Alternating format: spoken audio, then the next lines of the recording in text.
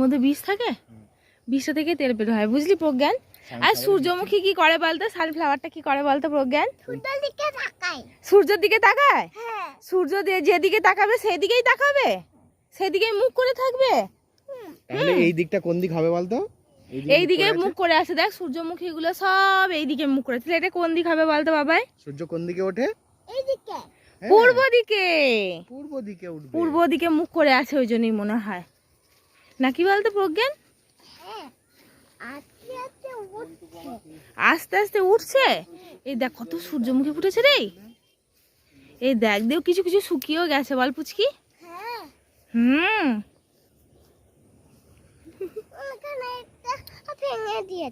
ওটা তেল হবে, ওই জন্য বীজগুলো বার করার জন্য মনে হয় ভেঙে দিয়েছে, বুঝলি?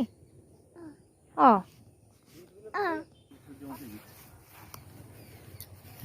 এগুলো থেকে তেল তৈরি হয়।